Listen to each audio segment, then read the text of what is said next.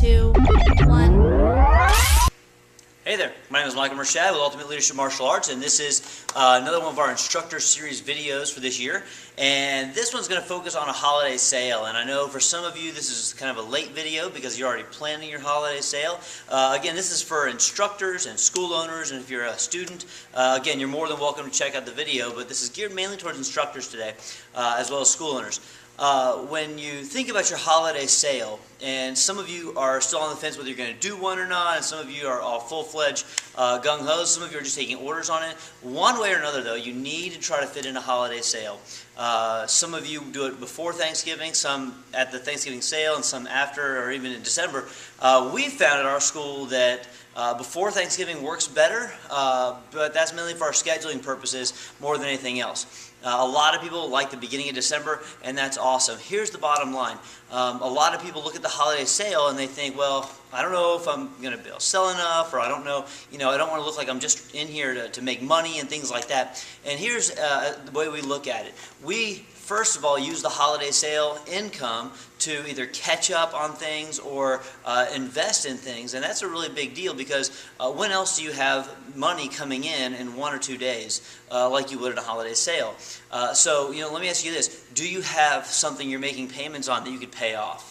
How much nicer would it be if you just paid that off? Or is there something you've been looking to invest in for your academy, but you never have that money up front? This is an opportunity to do that. If you're not reinvesting in your school, then I wouldn't do a holiday sale because your people probably aren't going to buy things from you anyways because they can see through it.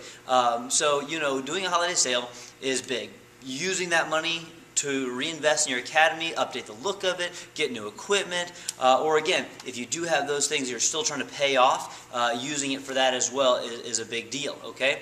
Now, pre-orders are a great idea. We usually give a 2-week window for pre-orders, and we cut the deadline off about a week to 10 days before our sale. That way we have time to get it all together and make sure that the students that know they need a new uniform, or know they need a new patch, or know they need a new set of gear, that stuff is going to be available for them to pick up at the holiday sale.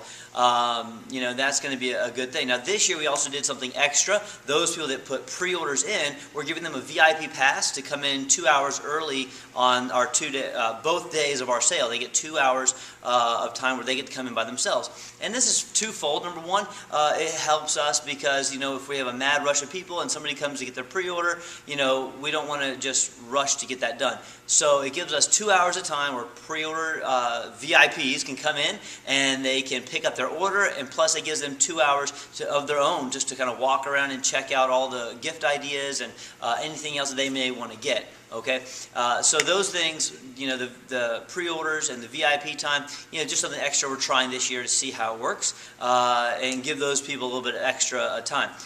For the sale, the pre-orders are going to give you a great indication of what all you need to get. So if a lot of people are pre-ordering ornaments or t-shirts or uniforms or sparring gear or whatever it is, a weapon, that may give you a great indication of what the big sellers are going to be at your holiday sale, things you may want to invest in getting.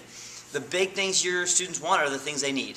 So don't go investing in 100 kicking bags or 100 shields necessarily. They get what they need, and you're giving it to them at a discounted rate because you're getting it at bulk pricing. So boards, target pads, manuals, uniforms, patches, whatever the stuff they need to get, those are going to be the things that are going to sell the best because, again, you're giving them a service by getting it in bulk, and so they're going to wait to pick it up at that sale. If you do have different color gear for different people, like we have black gear for black belts, it's a great time for brown belts and above or red belts to get that black gear because it's going to be at that discounted rate. And of course, black belts are going to want to get the black gear because that's the black belt sparring equipment. So you want to look into that and see ways you can kind of weave that in. All right, so all this is pretty obvious stuff, so I hope I gave you something to think about. Now, instructors, we find that sometimes, and not always, sometimes instructors can be on one side or the other. Either the instructors are buying a bunch of stuff, or the instructors are barely getting anything. And you want to remember, as an instructor, you want to help invest into your academy as well. You want to have a nice-looking uniform. You want to have the right patches. You want to have the right sparring equipment. You want to have the T-shirt that says your school's name on it, because as the instructor team, as a leadership person on our team, you want to make sure that you're investing in your academy and you're showing your instructor your loyalty that way, okay? Now, if you don't need a new set of equipment, don't go buy a new set of equipment. But if you're an instructor, your equipment should look sharp. Your uniform should look awesome. Your stripe, your everything, your patches, all that should be where it's supposed to be. If you're supposed to have a target pad, you should have a target pad, okay? As an instructor, you always want to be the example to everybody else, okay? So not just for my school, for your school, for any school that you're training in who's watching this, you want to invest in your instructor and invest in your academy. It's one thing, for a green belt not to have a target pad, but when you're the instructor and you say, well, I'm not going to buy a pad because I'll just use the ones at the academy, what you're saying is, yeah, the green belts need to do it, but I'm different. I don't really need to get my own pad. So again, just kind of think about that. For our instructors, we like you to have at least one heavyweight uniform, okay? So that way for testings or tournaments or anytime you're presenting, you just look really sharp in that heavyweight uniform.